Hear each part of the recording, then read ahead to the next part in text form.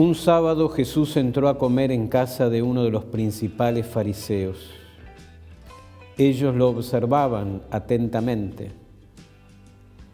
Delante de él había un hombre enfermo de hidropesía. Jesús preguntó a los doctores de la ley y a los fariseos: ¿está permitido sanar en sábado o no? Pero ellos guardaron silencio. Entonces Jesús tomó de la mano al enfermo, lo sanó y lo despidió. Y volviéndose hacia ellos les dijo: si a alguno de ustedes se le cae en un pozo su hijo o su buey, ¿acaso no lo saca enseguida, aunque sea sábado? A esto no pudieron responder nada. Palabra del Señor. Queridos hermanos, en nuestro Señor Jesucristo, los invito a compartir dos puntos tomados de este Evangelio que terminamos de proclamar. Primero, ese hecho tan extraño de que invitan a Jesús para observarlo. Lo invitan, pero a la vez lo observan. Hay una traducción que habla de que espían a Jesús. Y lo segundo es la curación. Y la pregunta es: ¿el curar es un trabajo? Porque la razón que utilizaban los fariseos para negar ese servicio profético de Jesús es decir, este cura el sábado está trabajando.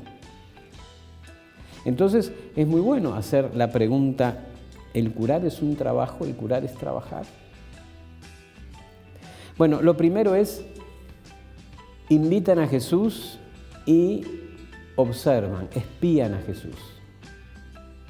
Una invitación a comer no es simplemente una invitación a comer, sino que es una invitación para conversar, es una invitación para compartir la vida, es una invitación para conocerse.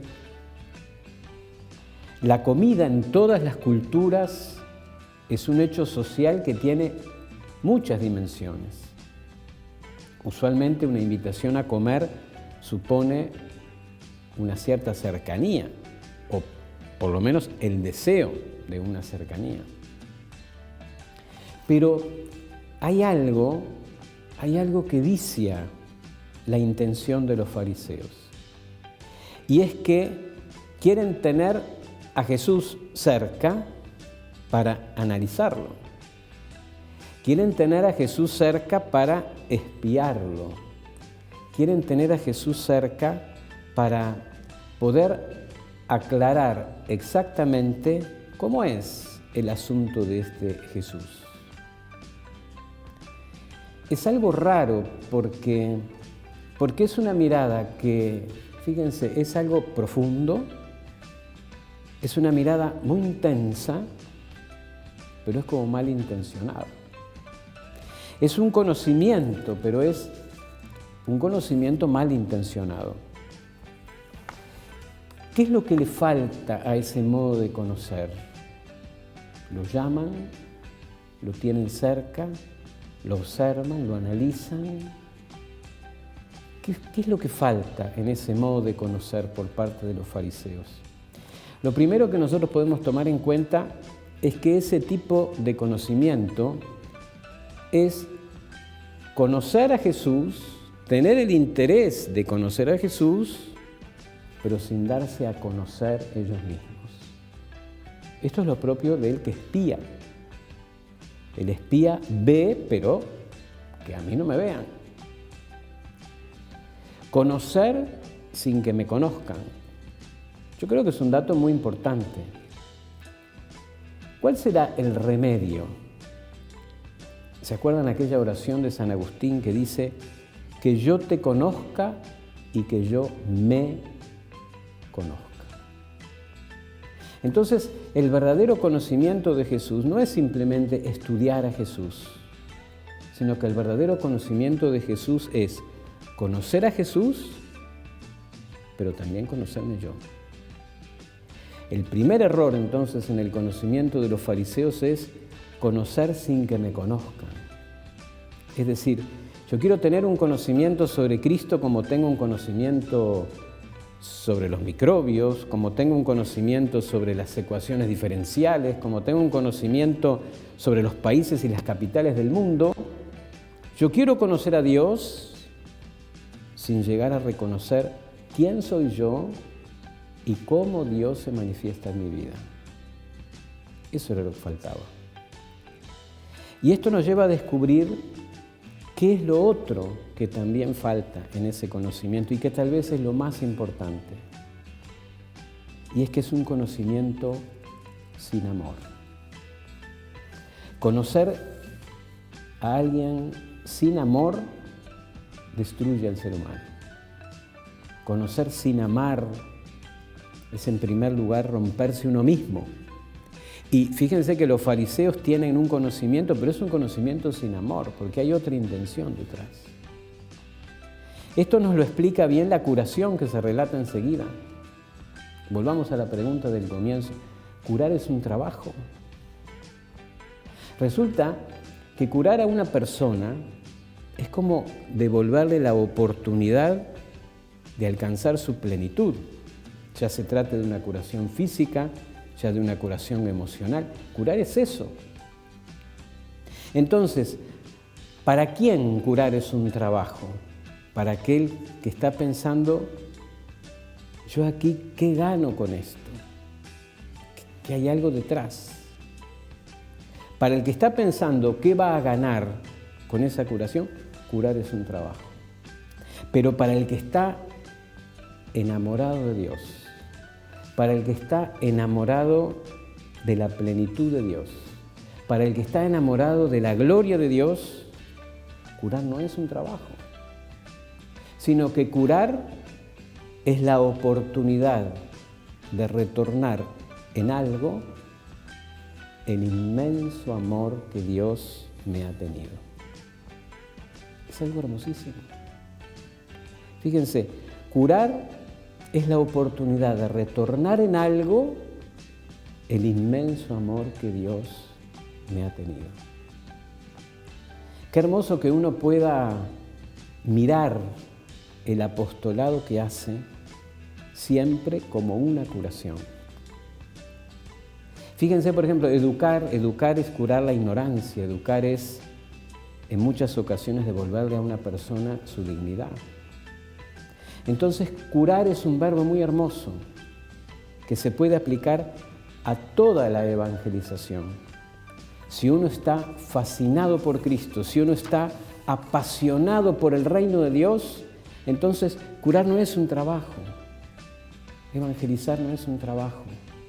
Evangelizar no es una carga, sino que es lo que nace, es lo que nos brota por ver florecer la obra de Dios en otros.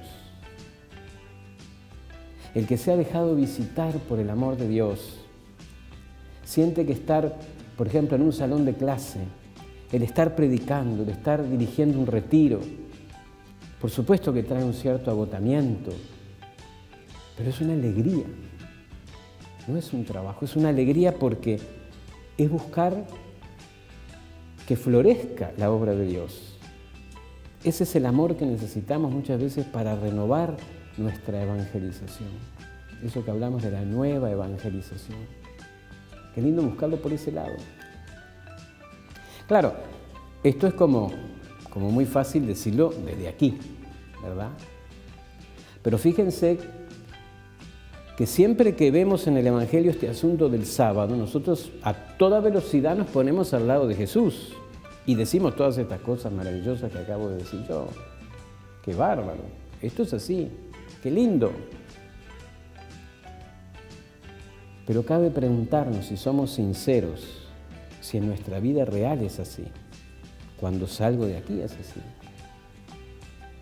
Si lo primero para nosotros es el amor al hermano, como lo fue para Jesús, Y si no caemos en el legalismo ese de cumplir alguna ley y olvidarme del otro. ¿Qué hicieron los fariseos cuando Jesús preguntó eso? ¿Es lícito curar el sábado o no? ¿Qué hicieron los fariseos? Se quedaron callados.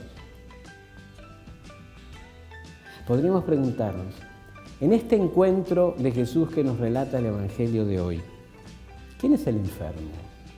¿Solo el que sufría de hidropesía?